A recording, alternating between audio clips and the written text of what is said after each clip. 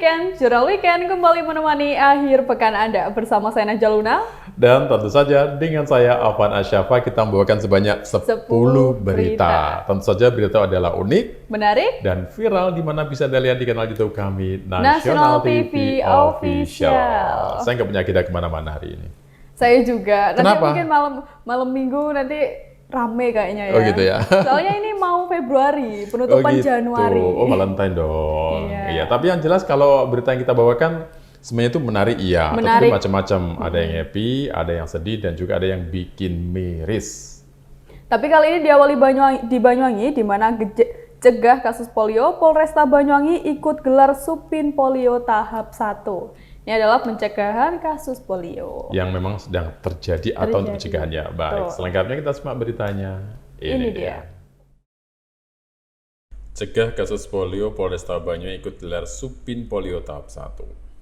Sebanyak 186 tenaga kesehatan diperbantukan untuk memberikan imunisasi di puskesmas, posyandu, hingga polsek jajaran yang tersebar di 25 kecamatan di Banyuwangi. Dalam gelaran imunisasi tersebut, Kapolresta Banyuwangi, Kombes Pol Nanang Haryono menerangkan bahwa imunisasi polio hanya diperuntukkan bagi anak-anak usia 0 sampai 7 tahun. Khusus pada Sabtu 20 Januari 2024, sasarannya sebanyak 1.806 anak. Dalam kesempatan itu, Kapolresta Banyuwangi bersama istrinya AKBP Nani Hartati Pribadi serta PLT Kepala Dinas Kesehatan Amir Hidayat dan Asisten Pemerintahan dan Kesra Pemkab Banyuwangi Arif Setiawan secara simbolis memberikan vaksin polio kepada perwakilan siswa. Selama imunisasi berlangsung, para siswa dihibur oleh 2 petugas berkostum badut polisi. Tak hanya itu saja, karena peserta imunisasi juga mendapat hadiah berupa balon dan bingkisan usai divaksin. Kombes Pol Nanang mengungkapkan, cakupan imunisasi polio di Banyuwangi saat ini sudah terrealisasi sebanyak 160.000 atau setara 92% dari total target sasaran imunisasi polio putaran pertama, yaitu 174.237 anak. Santai dulu tuh sebentar. Hari ini berapa sasaran dan percepatan polio dan? Teman-teman media terima kasih udah bisa berkumpul di Kelenteng Potong Bio Banyuwangi. Saya didampingi Pak Kapolres, saya didampingi Pak Asisten 1, Pak Dinas Kesehatan, Pak Kabako, para PJO lengkap di sini. Pelaksanaan percepatan imunisasi nasional gelombang pertama 2024. Untuk hari ini kita melaksanakan di 20 titik secara serentak. Di 20 titik dengan bantuan dari Sidokes Polresta Banyuwangi dan Dinas Kesehatan Pemda Banyuwangi. Ada 24 titik. Untuk hari ini pelaksanaan polio kepada anak-anak usia 0 sampai 7 hari ini tepatnya 1.806 anak hari ini. Capaian yang sudah dilaksanakan oleh pemerintah daerah dengan dibantu oleh stakeholder yang ada itu sudah dari target 170-an sekian sekarang sudah mencapai 160 sekian. Jadi capaiannya secara persentase itu 92% untuk Banyuwangi.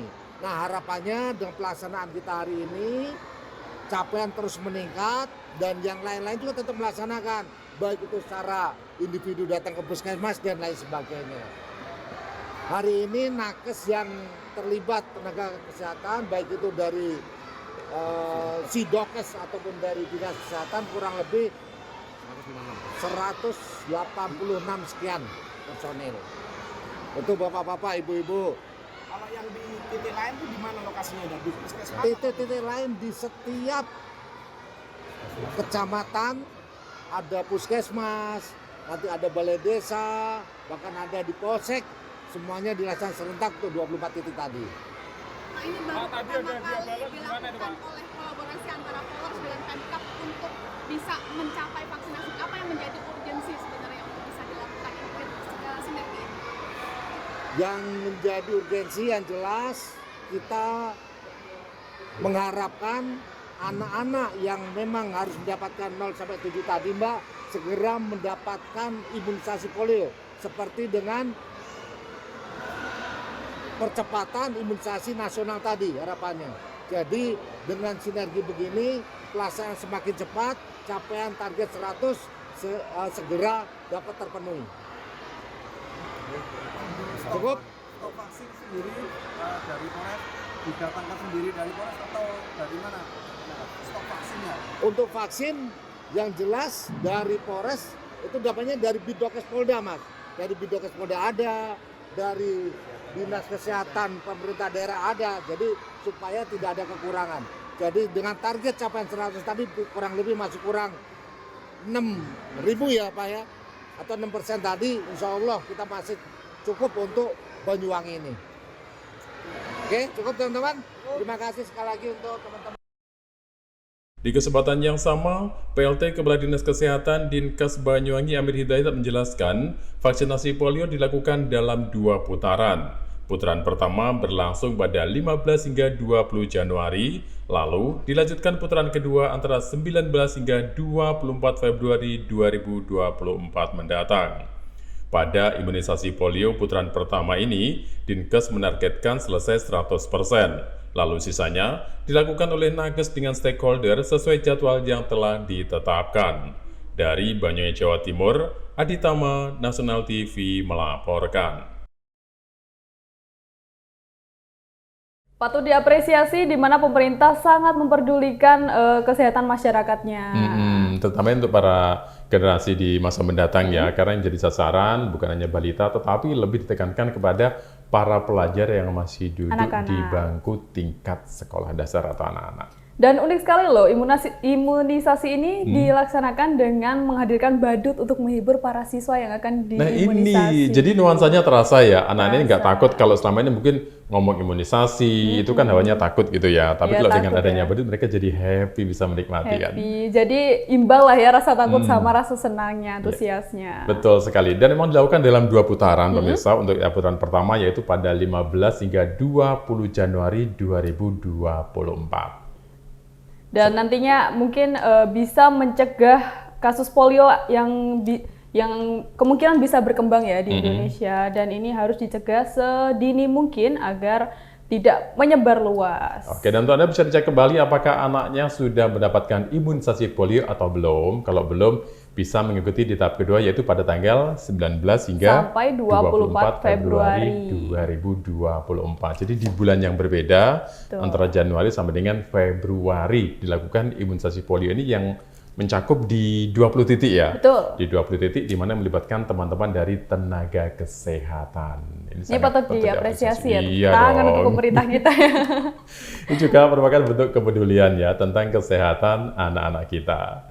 Dari Banyuwangi kita beralih ke kabar yang lain, ke Jambi. Ini berita berbeda di mana prajurit TNI rela terobos banjir demi gendong pelajar berangkat sekolah. Ini juga bentuk kepedulian pemerintah terhadap masyarakatnya yang tidak dipungkiri ternyata bisa mengharukan masyarakat sekitar. Dampak banjir ya. ini empati. Jadi seperti apa? Kita lihat selengkapnya. Ini dia. Memasuki pekan ketiga, sebanyak 20 desa di 4 kecamatan yang berada di pinggir Danau Kerinci Jambi masih terendam banjir. Selain menggenangi ratusan rumah warga, luapan Danau Kerinci juga membuat sejumlah jalan utama di pinggir danau tergenang hingga melumpuhkan aktivitas warga. Salah satu akses yang terendam adalah jalan utama dari Desa Telago menuju Kotodian Pulau Tengah Kerinci. Sepanjang 300 meter jalan tersebut terendam dengan kedalaman hingga 1 meter. Untuk membantu warga dan para pelajar agar tetap bisa beraktivitas, sejumlah anggota TNI dari Koramil 05 Danau Kerinci rela menggendong para pelajar dan mengantarkannya menggunakan mobil hingga ke sekolah. Terima kasih kepada Bapak TNI, Bapak Koramil beserta Bapak Babinsa di wilayah setempat yaitu Kecamatan Keliling Danau yang telah membantu kami dalam penyeberangan untuk melayani masyarakat kita yang terdampak bencana yaitu banjir yaitu di daerah Pulau Tengah. Semoga kita bisa melayani masyarakat dengan tulus dan masyarakat bisa terlayani semuanya. Kemudian semoga ini bencana akan cepat berakhir dan kita bisa beraktivitas seperti semula lagi. Warga berharap ada solusi dari pemerintah terkait genangan banjir yang melanda sejumlah jalan utama dan rumah penduduk, supaya mereka bisa kembali menjalankan aktivitas secara normal. Dari Kerinci Jambi, Eko Wijaya, Nasional TV melaporkan. Memang dampak banjir ini kan cukup lama ya, jadi cukup menyusahkan masyarakat sekitar untuk melakukan aktivitas termasuk para pelajar. Apalagi banjir ini sudah terjadi sejak beberapa pekan terakhir, yang sebenarnya di bulan November sampai Desember kan sudah musim hujan. Walaupun di Jawa ini masih belum, tetapi kalau di Sumatera memang sudah memasuki musim hujan, terutama di Jambi, dan banjir ini mengakibatkan akses jalan itu terendam, kemudian rumah warga, bahkan ada fasilitas umum seperti sekolah juga terendam akibat banjir ini.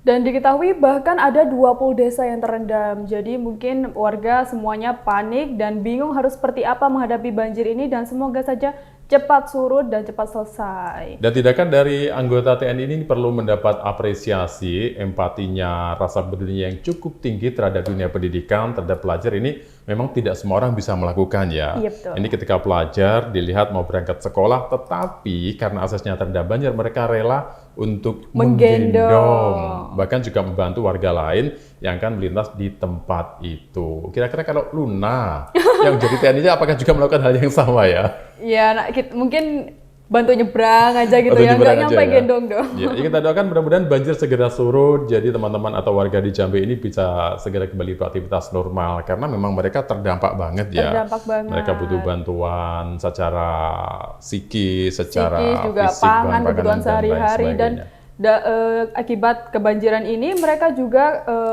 kebingungan akan mendapatkan air bersih, itu yang utama. Betul sekali. Jadi tindakan dari teman-teman TNI ini patut kita acungi jempol, mereka sangat luar biasa. Luar biasa sekali. Dan kita ke segmen selanjutnya tapi nanti segmen yang kedua ya. Yang berikutnya nanti ini berita yang cukup miris tentang tindak asusila. Selengkapnya kami akan kembali bersama Anda dalam Jurnal Weekend.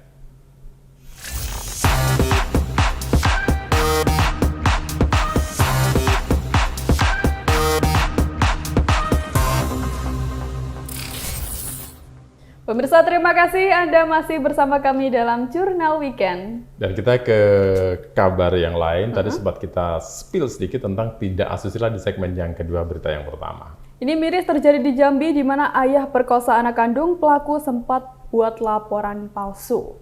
Ini bejat banget ya. Bejat banget. Sudah tindakannya bejat, kelakuannya bejat, memfitnah orang lagi. Jadi seperti apa berita selengkapnya, pemirsa, kita simak.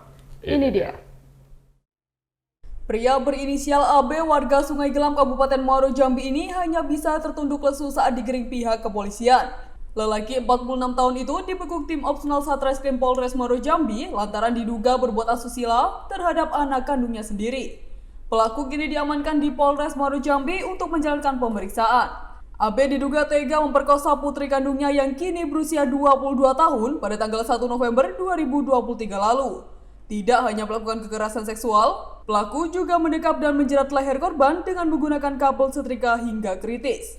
Akibatnya korban harus menjalani perawatan intensif di rumah sakit. Kasat Reskrim Polres Muaro Jambi AKP Jimmy Fernando menyampaikan, pelaku sempat membuat laporan palsu ke Polres Muaro Jambi. Ia menuduh 3 orang yang merupakan paman dan tetangga korban sebagai terduga pelaku. Namun dari hasil penyelidikan dan olah tempat kejadian perkara ditemukan banyak kejanggalan. Polisi pun kemudian membawa sejumlah alat bukti seperti spray dan tisu ke laboratorium DNA kedokteran Mabes Polri. Hasilnya polisi mendapati DNA yang identik dengan pelapor atau ayah kandung korban. Meski sempat berdalih dan mengelabui polisi, pelaku pun akhirnya mengakui perbuatan bejatnya. Polisi menyebut tersangka tega memperkosa korban karena tak mampu menahan hawa nafsu karena kerap menonton film dewasa.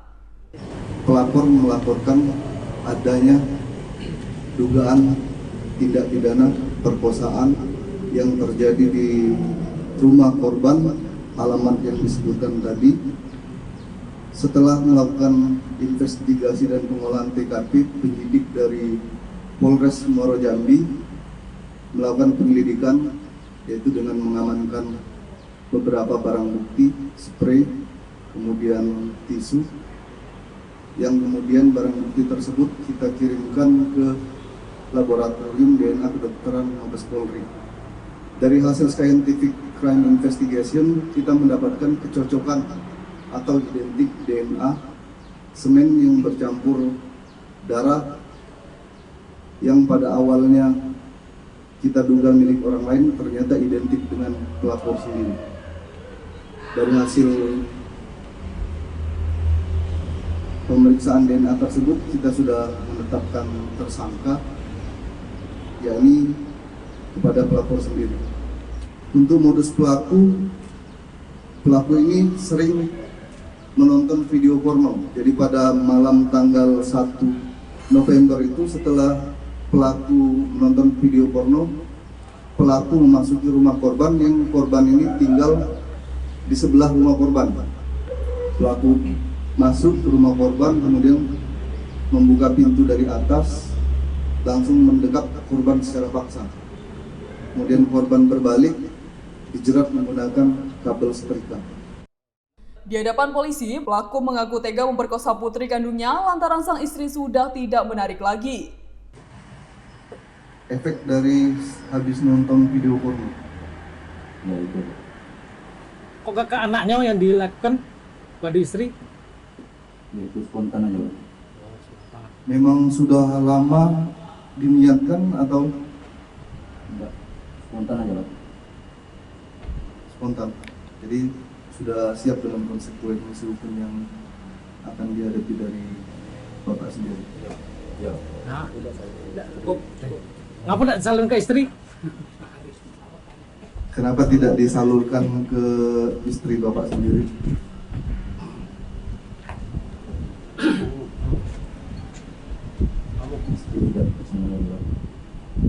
Menarik. Tidak mau Tidak menarik. Apa? Ini agak kurang, sudah kurang, Pak. Tapi kok pelapor malah melapor tuh gimana ceritanya itu? Idenya dari mana tuh? Ide dari mana bisa membuat rekayasa iya, kejadian yang melaporkan dugaan dilakukan oleh orang lain?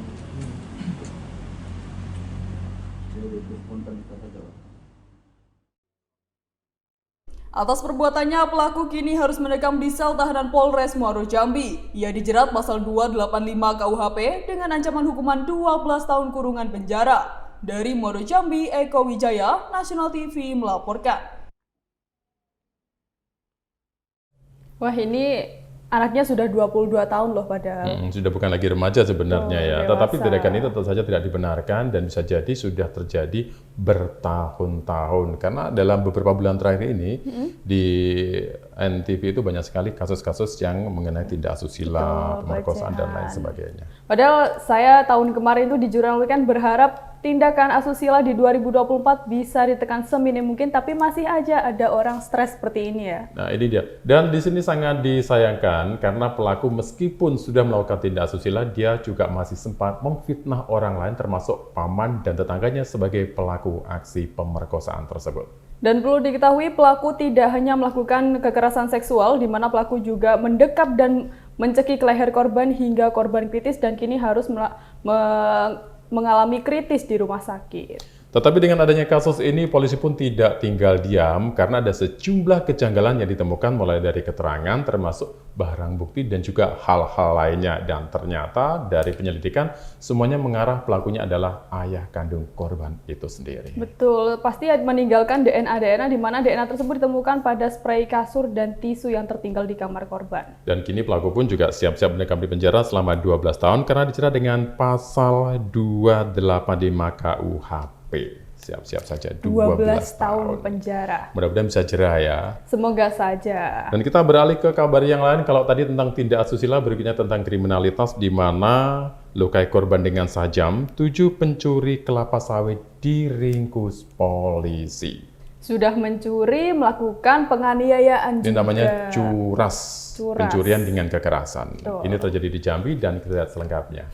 Ini dia. Sebanyak 7 pelaku pencurian disertai dengan kekerasan di Kecamatan Sungai Gelam, Muaro Jambi tak berkutik saat ditangkap tim unit reskrim Polsek Sungai Gelam. Komplotan yang menggasak kelapa sawit milik perusahaan perkebunan PT Muaro Kahuripan Indonesia MKI ini diketahui telah melakukan aksinya berulang kali. Ibtu Usaha Sitepu, Kapolsek Sungai Gelam mengatakan, dalam tiap aksinya, mereka kerap mengancam, bahkan tak segan melukai para korbannya dengan senjata tajam. Dalam pengungkapan kasus ini, salah seorang karyawan PT MKI dan 1 orang anggota polisi mengalami luka sabetan senjata tajam dari pelaku. Dari tangan mereka, polisi berhasil menyita barang bukti berupa mobil pickup bermuatan buah kelapa sawit hasil curian seberat 3 ton. Selain itu, polisi juga menyita telepon genggam, senjata tajam berbagai jenis, serta 2 unit sepeda motor yang digunakan pelaku untuk beraksi. Kami ucapkan terima kasih pertama dari pihak PT MKI dan warga masyarakat, khususnya RT 25, 21, atas terungkapnya pencurian yang terjadi pada waktu hari Senin, tanggal 15 Januari 2024. Kami bisa berhasil karena pertama dapat laporan dari pihak security PT MKI terjadi pencurian di wilayah mereka.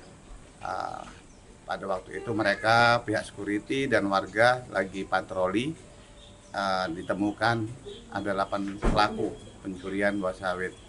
Langsung mereka menghubungi kita dari pihak Polsek, dan kita Polsek segera berangkat ke TKP.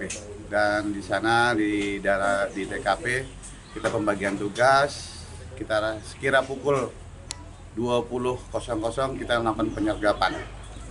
Alhamdulillah kita dapatkan tersangka 7 orang.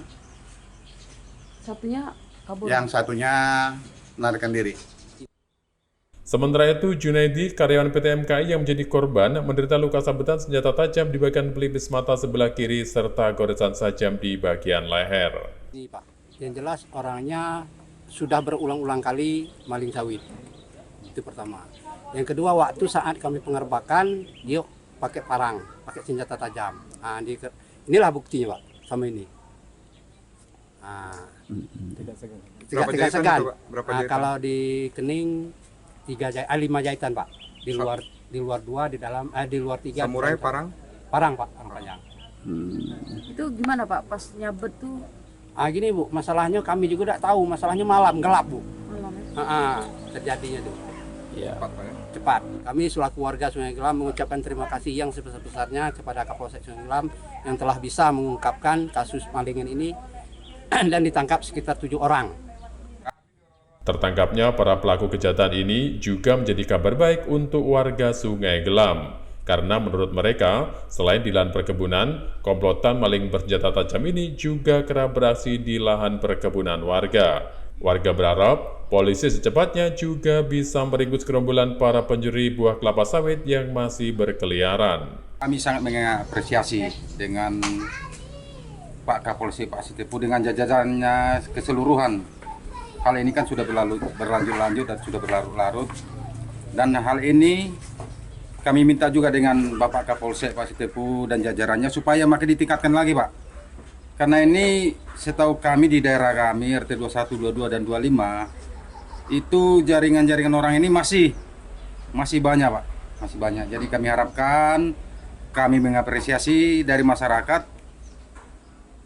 mengucapkan ribuan terima kasih kepada jajaran Polsek Pramuka itu. Jadi selama ini keberadaan mereka meresahkan warga petani. Sangat meresahkan. Bahkan bukan cuma PT aja. Ini yang kejadian kan yang ada di PT Gudang Garam.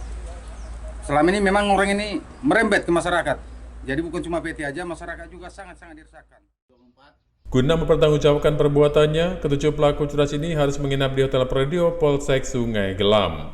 Mereka dijerat pasal 365 KUHP dengan ancaman hukuman kurungan penjara maksimal 9 tahun. Dari Muaro Jambi, Eko Wijaya, Nasional TV melaporkan. Pada akhirnya juga nanti di penjara ya kan, karena sudah ketahuan seperti ini. Ada istilah sepandai-pandai tupai melompat, suatu saat pasti akan terjatuh juga. Ya, ini buktinya. Ya. Sebanyak 7 orang berhasil diringkus polisi akibat ketahuan merampok taksi. Bukan taksinya, tapi pencurian kelapa sawit. Oh iya. Ini maksudnya berlibur aja nih ya. Itu nanti ya. Jadi ini tentang pencurian kelapa sawit di mana pelakunya sebanyak 7 orang ini akhirnya tertangkap, dan warga pun juga senang dengan hal ini karena ternyata pencuri ini melakukan aksinya tidak hanya sekali tapi berkali-kali dan buat warga dan merasa resah dengan kejadian ini. Dan kini ketujuh-tujuhnya sudah terancam kurungan penjara 9 tahun. Itu 9 tahun tuh silakan untuk merenungi kesalahannya. Kalau jera. Kalau jera, ya semoga jera lah ya. Nah, emang di sini si pelaku sebanyak 7 orang ini tidak hanya mencuri kelapa sawit milik sebuah PT saja dan juga milik warga, tetapi juga sempat melukai korban dengan senjata tajam. Dan polisi juga akhirnya berhasil meringkus dan menyita sejumlah barang bukti milik pelaku. Dan ini miris sekali ya, membayangkan korban sempat meminta bantuan dan akhirnya untung saja ada warga yang menyelamatkan dan mereka langsung melaporkan hal ini ke pihak kepolisian. Nah itu dia, 3 ton kelapa sawit yang dicuri. 3 ton itu berapa duit ya? Nggak itu tahu, ya? pokoknya banyak sekali ya. Oke. Dari pencurian dengan kekerasan kita beralih ke berita selanjutnya masih di segmen yang kedua. Masih di Jambi, komplotan perampok taksi online dibekuk polisi. Ini juga kriminal. Masih tentang kriminalitas. Ini perampokannya. Selengkapnya kita simak video beritanya. Ini dia. Dengan mengenakan baju tahanan, 3 kawanan perampok taksi online di Kecamatan Jambi Luar Kota, Kabupaten Muaro Jambi ini hanya bisa tertunduk lesu saat digiring petugas kepolisian. Pelaku pencurian disertai dengan kekerasan ini diringkus tim Reskrim Polres Muaro Jambi saat kabur ke wilayah Kabupaten Merangin Jambi. Ketiga pelaku tersebut adalah MD, SB, dan juga BP.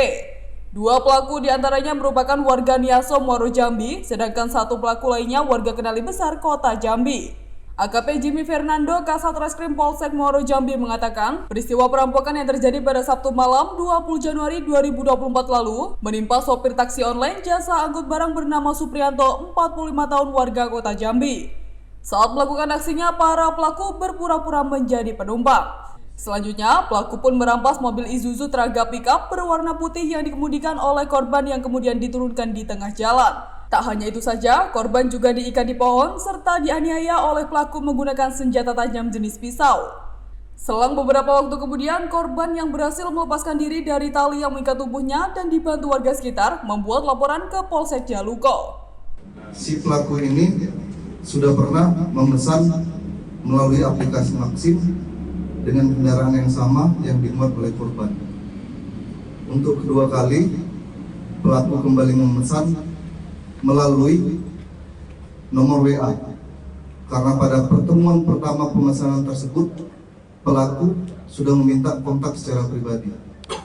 Untuk pemesanan yang kedua yang terjadi kemarin di Jalan Citra Raya City itu dilakukan langsung melalui WA, jadi bukan melalui aplikasi Maxim. Kemudian setelah dihubungi korban sendiri atas nama Suprianto bin Samsudin, kelahiran 79, pekerjaan di supir Maxim. Jadi setelah dihubungi, tiba di Citra Raya City, pelaku bersama temannya langsung naik ke mobil. Kemudian jalan, setelah itu barulah dihentikan di pinggir jalan, kemudian diikat di pohon. Korban sempat melakukan perlawanan hingga dilukai dengan menggunakan pisau. Setelah korban diikat di pohon, pelaku bersama 2 orang temannya langsung meninggalkan lokasi menuju ke arah Kabupaten Merangin.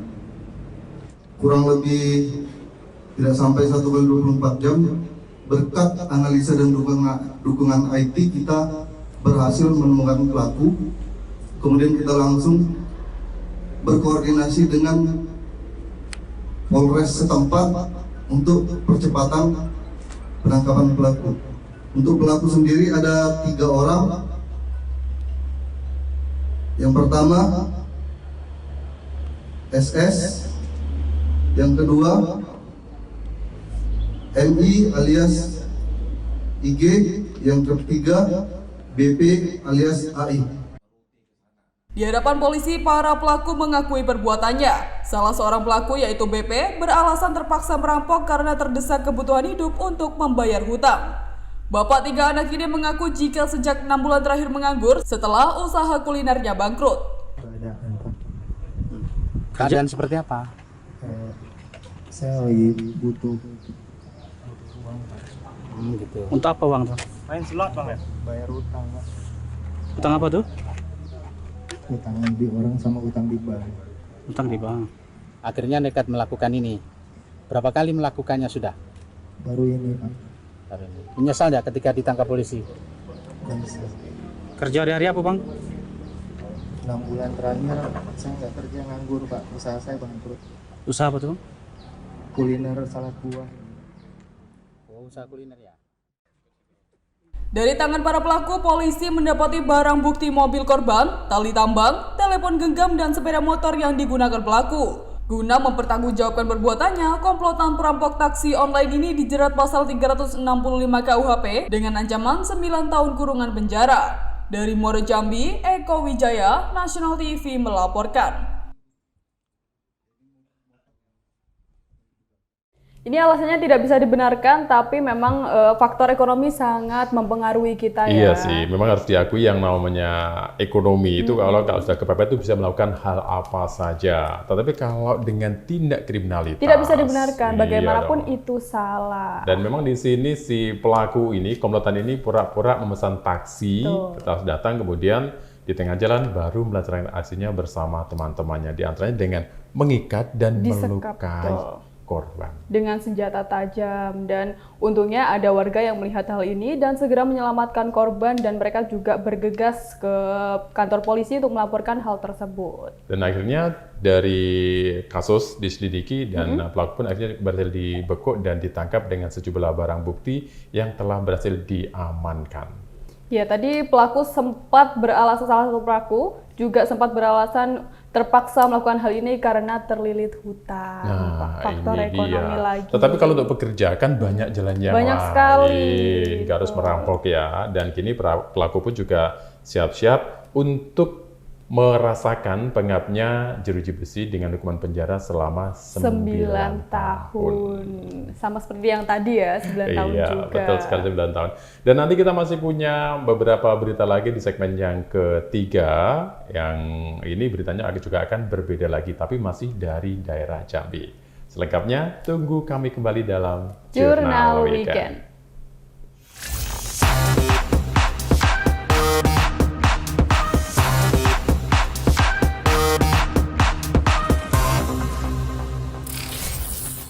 Jurnal Weekend masih bersama Anda, bersama saya Najwa Luna. Dan saya Afana Syafa. Ini sepertinya hari ini banyak berita kriminal ya? Kriminal. Tadi di segmen yang kedua, tiga-tiganya adalah berita tentang kriminal. Ternyata di segmen yang ketiga ini, berita yang keenam juga kurang lebih sama, di mana suami di Jambi habisi nyawa istri dipicu persoalan rumah tangga. Kira-kira apa sih yang mereka debatin sampai menewaskan korban begitu ya? Kita simak saja berita lengkapnya. Ini dia. Warga RT 10 Dusun Muara Indung, Kecamatan Sarolangun, Kabupaten Sarolangun, Jambi, digegerkan dengan peristiwa pembunuhan yang terjadi pada Rabu 20 Desember 2023. Insiden suami bunuh istri yang menghebohkan masyarakat ini terjadi sekitar jam 12 siang. Diduga, korban pembunuhan bernama Lisnawati, 40 tahun, dibunuh dalam kondisi yang terikat oleh suaminya Sobirin, 50 tahun, dengan menggunakan pisau. Jasad korban ditemukan terkapar bersimbah darah di ruang tengah rumah mereka. Saat itu, warga sempat melihat pelaku keluar rumah namun masuk kembali ke dalam. Warga yang curiga kemudian melapor ke Polsek setempat. Bersama perangkat desa, mereka kemudian masuk ke dalam rumah dan melihat pasangan suami istri ini sudah bersimbah darah. Ibtu Dwiatno, Kapolsek Kota Sarolangun, mengatakan pihaknya belum dapat memastikan penyebab kejadian tersebut. Dari keterangan sementara, usai korban tewas, pelaku mencoba bunuh diri sebab di tangan kiri pelaku terdapat luka sayatan. Selanjutnya, pelaku yang kritis dievakuasi ke Rumah Sakit Sarolangun guna mendapatkan pertolongan. Sementara korban akan dilakukan visum. Yang mengalami luka. Selanjutnya kita mendatangi TKP. Sampai di TKP, kita melihat ada 2 orang yang terbaring dalam keadaan terluka. 2 orang itu, 1 orang laki-laki dan 1 orang perempuan. Ya, 2 orang itu hubungannya suami istri. Saat ini kita masih melakukan penyelidikan, sehingga kita belum tahu siapa pelakunya. Hingga kita melakukan penyelidikan, dan kita bawa yang satu bawa ke rumah sakit, dua-duanya kita bawa ke rumah sakit untuk dilakukan visum. Untuk yang perempuan itu yang tadi, kemudian untuk yang laki-laki itu di tangan kiri. Hingga saat ini, polisi masih mengumpulkan keterangan dari sejumlah saksi termasuk menunggu hasil visum guna memastikan penyebab kejadian yang menimpa Pak Sutri tersebut. Dari Sarawangun Jambi, Eko Wijaya, Nasional TV melaporkan. Ini peristiwa yang miris sekali ya. Nggak tahu kenapa kok di Jambi dalam beberapa pekan ini banyak sekali berita kriminal yang terjadi di sana, termasuk di mana suami bunuh istri gara-gara persoalan dalam rumah tangga ini. Ya, korban diduga bernama Lisnawati berumur 40 tahun yang diduga dibunuh dalam kondisi tangan diikat oleh suaminya. Suaminya bernama Sobirin, usianya 50 tahun. Dan mirisnya lagi, korban ini tewas dengan luka yang waktu berbuatnya menggunakan dengan senjata tajam jenis pisau. Jadi korban ini ditemukan bersimbah darah di ruang tengah rumah mereka. Dan anehnya pelaku ini sempat mondar-mandir keluar masuk di dalam Mungkin rumah karena ya. panik atau bingung. Betul, bingung. Bisa jadi warga yang melihat merasa curiga dan melaporkan hal ini ke pihak kepolisian untuk ditangani lebih lanjut. Dan memang di situ ketika sebelum ada pelaporan, warga memang sempat curiga juga karena pelaku sendiri kan keluar dari rumah, kemudian masuk lagi, keluar lagi, masuk lagi, dan ternyata ini menimbulkan kecurigaan terhadap pelaku. Dan parahnya lagi, pelaku ini usai mencoba pembunuhan, dia juga mencoba untuk bunuh diri. Pasalnya di tangan kirinya ditemukan sayatan. Jadi mungkin karena dia merasa shock juga setelah membunuh istrinya, dia berniat melakukan tindak bunuh diri dan untungnya pelaku ini berhasil diselamatkan walaupun sempat kritis. Dan saat ini polisi terus melakukan penyelidikan guna mencari tahu penyebab pasti kejadian tersebut. Dan kita beralih ke kabar yang lain. Kali ini kita beralih ke Sumatera Barat. Sumatera Barat sempat dikabarkan hilang seorang suami diduga tewas karena diracuni istri sendiri. Ini berbeda ya? Berbeda. Kalau tadi suami bunuh istri, sekarang istri yang bunuh suami. Seperti apa kejadiannya? Kita simak selengkapnya. Ini dia. Masyarakat Jorong Bandarjo Dusun 3 Nagari Lingkuang Awa Bandarjo digegerkan dengan penemuan mayat laki-laki di dekat kandang kambing. Diketahui korban adalah Sumarno 48 tahun yang ditemukan dalam kondisi tak bernyawa serta sudah membusuk di samping kandang kambing rumah korban pada Minggu 7 Januari 2024 sekitar jam 8 malam. Kapolres Pasaman Barat AKBP Agung Basuki mengatakan penemuan mayat ini berawal dari pihak keluarga korban yang melapor karena sudah 5 hari lamanya tidak pernah melihat korban di rumahnya. Selain ke pihak kepolisian, pihak keluarga juga melapor pada Ketua RT, Kepala Dusun, dan anggota Badan Musyawarah Nagari Lingkuang Awa Bandarjo serta masyarakat lainnya. AKBP Agung menambahkan, setelah mendapat laporan, tetangga korban bersama pihak keluarga berusaha untuk mencari keberadaan korban namun tak mendapatkan hasil. Mereka pun selanjutnya menanyakan keberadaan korban kepada istrinya, Reni, 47 tahun. Istri korban mengatakan bahwa suaminya pergi dengan membawa racun rumput beserta pakaiannya sendiri. Merasa curiga karena ada yang janggal, keluarga korban dan tetangganya pun masuk ke rumah korban. Kecurigaan pun semakin menguat karena mereka mencium bau busuk yang sangat menyengat dari arah kandang kambing milik korban yang berada di samping kanan rumah korban. Selanjutnya, sumber bau itu pun dicari dan dibongkar. Alangkah kagetnya mereka karena saat membongkar melihat anggota tubuh manusia di tempat itu yang tertimbun sampah dan pelepah kelapa sawit. Hal itu pun akhirnya dilaporkan ke pihak kepolisian. Selanjutnya pada Senin 8 Januari 2024, Kapolres Pasaman Barat AKBP Agung Basuki bersama tim langsung ke TKP untuk memastikan kejadian sebenarnya. Selain itu, tim juga mengamankan istri korban sebagai diduga pelaku dengan cara meracuni suaminya karena sakit hati sering menjadi korban KDRT. Ini kita mendatangi tempat kejadian perkara setelah kemarin malam kita dari Polres Pasaman Barat mendapatkan laporan ditemukannya seorang yang meninggal atas nama Sumarno di belakang rumahnya. Dan hari ini kita melaksanakan olah TKP, sekaligus kita mengamankan barang bukti yang ada di TKP bersama yang diduga pelaku adalah istri korban sendiri. Untuk hasil pengakuan sementara, motif dari pelaku melakukan pembunuhan kepada suaminya yaitu atas dasar karena sakit hati, karena si korban atau istri dari yang meninggal atas nama Reni ini sering mendapatkan kekerasan secara fisik maupun secara psikis sehingga menyebabkan dendam dari si pelaku. Dan pada tanggal 4 sore hari kurang lebih pukul 8 korban mengambil air minum yang sudah dicampurkan dengan racun hingga diberikan minuman tersebut kepada suaminya dan sehingga suaminya meninggal dunia.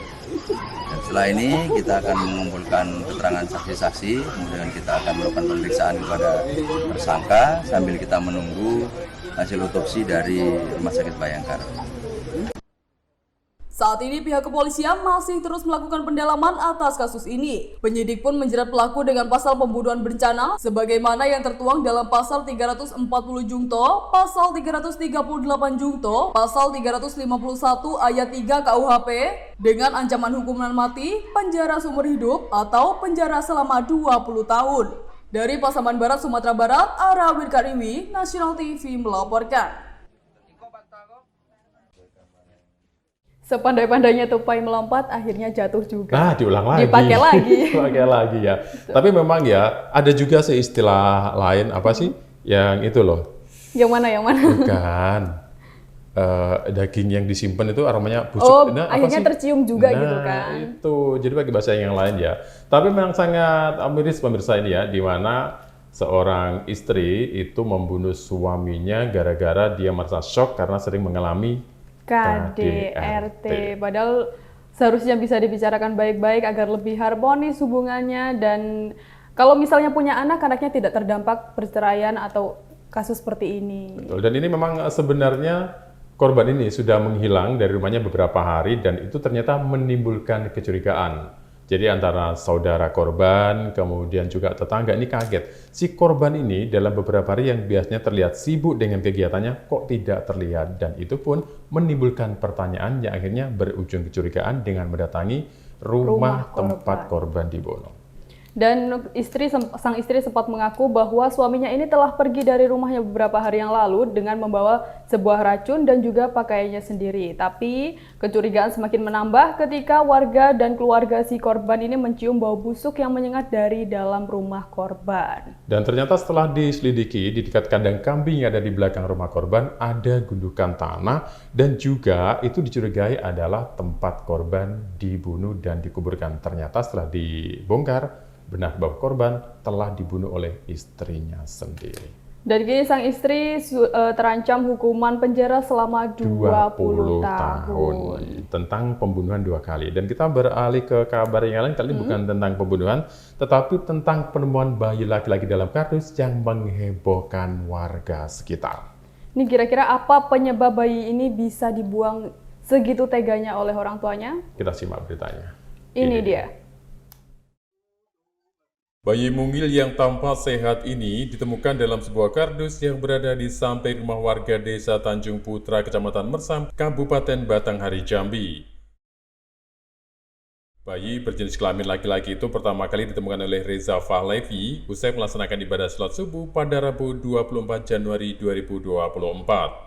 Sesaat setelah menemukan adanya bayi yang terlantar, Reza pun langsung melapor ke Ketua RT dan pemerintah dusun setempat. Saat ditemukan, bayi malang ini dalam kondisi menangis dan tali pusarnya masih menempel. Diduga, bayi malang ini baru saja dilahirkan.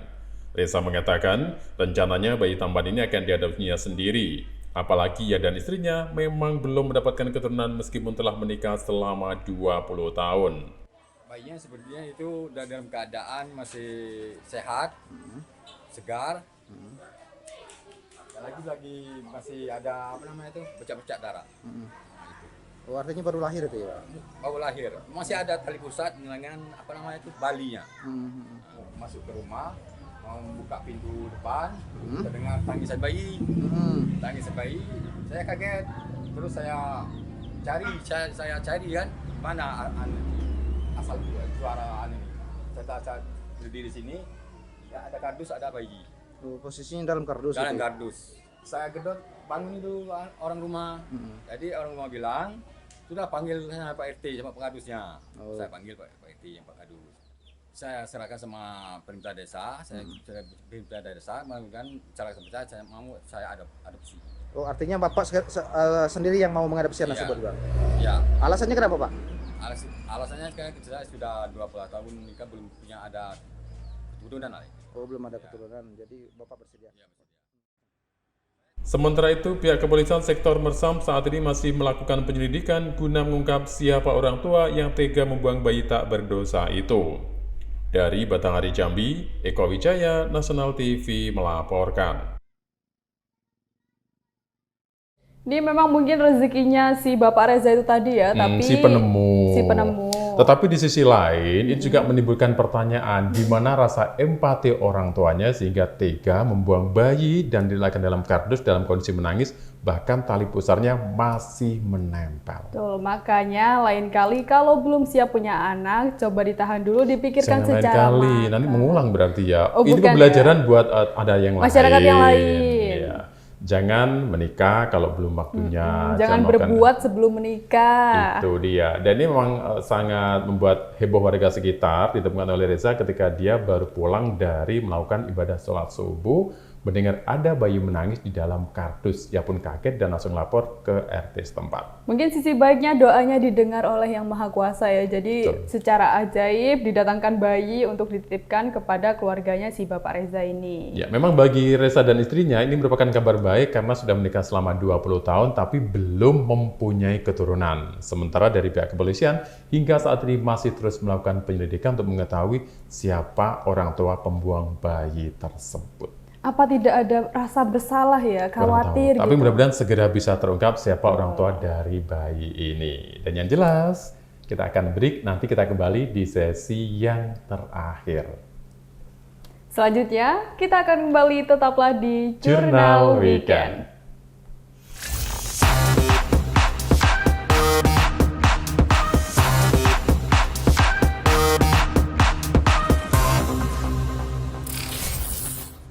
Jurnal Weekend masih bersama Anda. Kali ini di segmen terakhir ada 2 berita lagi yang tersisa. Gak terasa ya, ternyata kita di segmen yang Terakhir.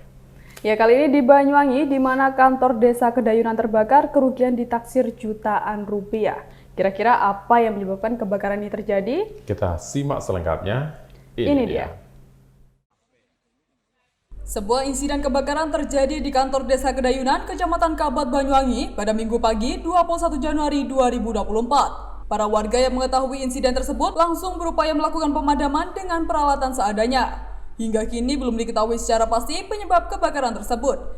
Namun diketahui api mulai menjalar sekitar pukul 10 pagi waktu Indonesia Barat. Petugas pemadam kebakaran yang datang ke lokasi segera melakukan upaya penjinakan api yang kian merembet di beberapa ruang kantor desa setempat yang dibantu aparat TNI dan Polri untuk proses pemadaman.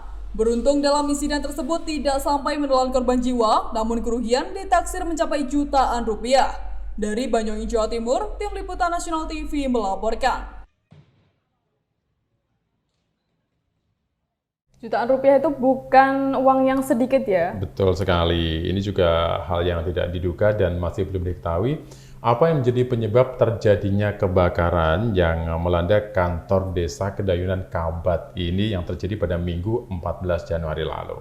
Untungnya tidak sampai menelan korban jiwa, tapi kerugiannya tidak sedikit hingga jutaan rupiah, dan warga yang mengetahui kebakaran tersebut langsung berupaya memadamkan api dengan alat seadanya. Dan ini memang perlu menjadi perhatian atau beberapa hal yang perlu tekankan ya. Karena dalam beberapa bulan ini bisa dikatakan yang namanya peristiwa kebakaran banyak terjadi, terutama dari korsleting arus pendek, kemudian beberapa itu charger yang tidak dicopot, ternyata juga bisa menimbulkan konslet hingga menyebabkan terjadi kebakaran. Dan di peristiwa kali ini terjadi di Kedayunan. Dan mengingat bulan-bulan kemarin ketika panas melanda, banyak sekali ya berita kebakaran, dan kali ini di musim penghujan tidak bisa dipungkiri ternyata masih bisa terjadi kebakaran. Dan untungnya meskipun masyarakat sekitar sudah melakukan upaya pemadaman dengan alat seadanya, kemudian dibantu oleh pihak damkar yang datang ke lokasi sehingga pemadaman bisa segera dilakukan, termasuk dibantu oleh aparat TNI dan juga Polri, terutama dari warga sekitar yang tetap ikut membantu dalam proses pemadaman api yang bakar kantor desa Kedayunan Kabat tersebut. Lagi-lagi aparat turun langsung ya untuk membantu proses pemadaman ini. Dan kita bisa mengantisipasinya dengan melakukan hal-hal yang baik, misalnya mencopot segala sesuatu yang bisa menimbulkan kalau pergi mau pergi. Betul sekali. Dan kita ke kabar yang lain, kali ini dari Padang, di mana puluhan mahasiswa kecam aksi bedah buku hitam Prabowo Subianto. Mungkin ini akan panas yang menjelang pemilu, pasti pembicaraan seperti ini kerap sekali dibicarakan oleh warganet. Tapi apa sih yang dibedah sebenarnya dalam buku ini? Kita simak selengkapnya. Ini dia. Bedah buku yang berlangsung di sebuah kafe salah satu kampus Kota Padang beberapa waktu yang lalu itu mendapat protes keras dari puluhan mahasiswa. Sebab dalam kegiatan tersebut dianggap menyudutkan calon presiden nomor urut 2 Prabowo Subianto yang saat ini sedang maju dalam Pilpres 2024. Dalam bedah buku tersebut, pemateri yang hadir terdiri dari penulis, utusan dari Pusat Bantuan Hukum Indonesia Sumbar Hasnu Ibrahim, Pegiat Pemilu dan Demokrasi Jamil dari Akademisi Sospol. Dalam diskusi dan bedah buku tersebut dikatakan bahwa Prabowo Subianto merupakan pelanggar HAM berat, bahkan dipecat dari Kedinasan Tentara Nasional Indonesia. Bahwa Prabowo ini adalah orang yang secara langsung dulu terlibat pada tahun 98. Itu sudah jelas dan terang-menerang dikeluarkan oleh DKP, Dewan Kehormatan Perwira, yang mengatakan bahwa Prabowo ini kemudian diberhentikan dari dinas ketentaraannya. Merupakan ancaman terhadap demokrasi Indonesia. Dilihat dari latar belakangnya, kemudian apalagi konteksnya hari ini, dia melanggar semua. Bahkan kalau ada aturan yang menghalangi dia untuk maju, ya, dilanggar atau dirubah demi tercapai ambisi pribadinya. Oleh karena itu, kita hanya ingin mengingatkan kepada publik bahwa pilihan kita pada tahun 2024 ini akan menentukan nasib bangsa 55 tahun ke depan. Atas pernyataan itu, beberapa orang mahasiswa yang mengatasnamakan Persatuan Pemuda Kota Padang tidak terima. Sebab disinyalir dalam kegiatan bedah buku tersebut ada kepentingan segelintir orang untuk menjatuhkan salah satu calon presiden yang saat ini sedang bertarung dengan dua kandidat lainnya. Mungkin mereka mengangkat dulu itu bedah buku. Mungkin yang mereka angkat itu adalah bagaimana diskusi, tapi pembahasan-pembahasan diangkat itu merupakan pembahasan yang menyudutkan salah satu paslon, menyudutkan salah satu tokoh dan menyudutkan salah satu calon presiden. Nah, di sini saya berdiri bukan atas nama pendukung atau siapa, cuma di sini saya menginginkan bahwasannya jangan sampai ada terjadi yang namanya itu perpecah belahan gara-gara terlalu fokus pada satu-satu ataupun salah satu pihak pada salah satu paslon.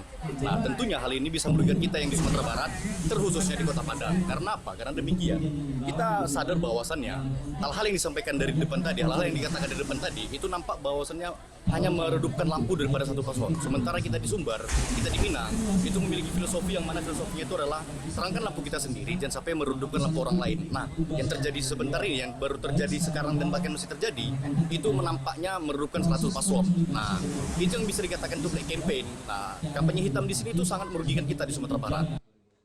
Puluhan mahasiswa tersebut mengklaim mereka bukan tim pemenangan salah satu paslon presiden. Namun kehadiran mereka sebagai generasi muda Minangkabau yang tidak menginginkan adanya perpecahan di masyarakat akibat adanya block campaign yang dilakukan oleh segelintir orang. Mereka juga menyayangkan karena pihak Bawaslu maupun pihak keamanan tidak bisa memonitor kegiatan itu dengan baik. Dari Padang, Sumatera Barat, Ara Wirkadiwi, National TV melaporkan.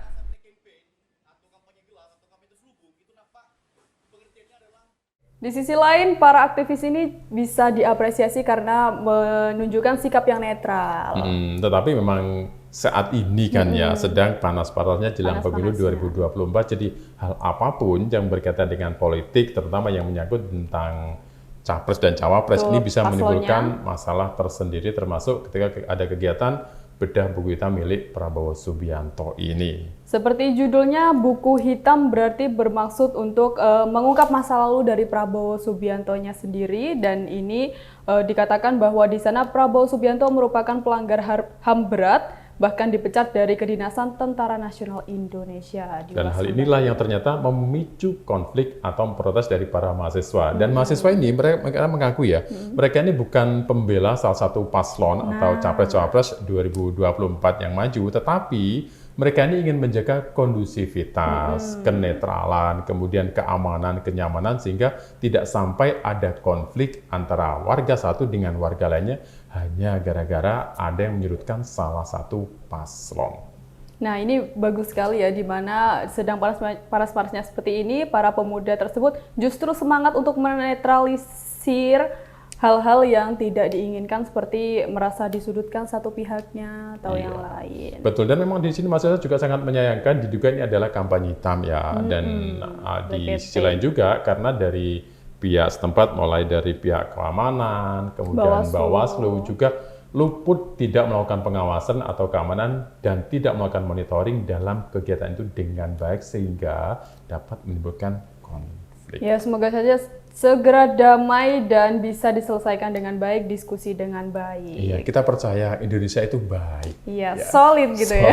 Termasuk kita ya. Iya. Sudah selesai beritanya, kita solid sama-sama mau menikmati weekend. Iya, betul hari sekali.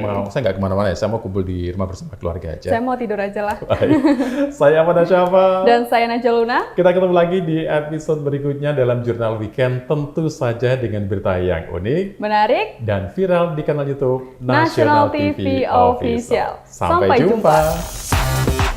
Black Tempe.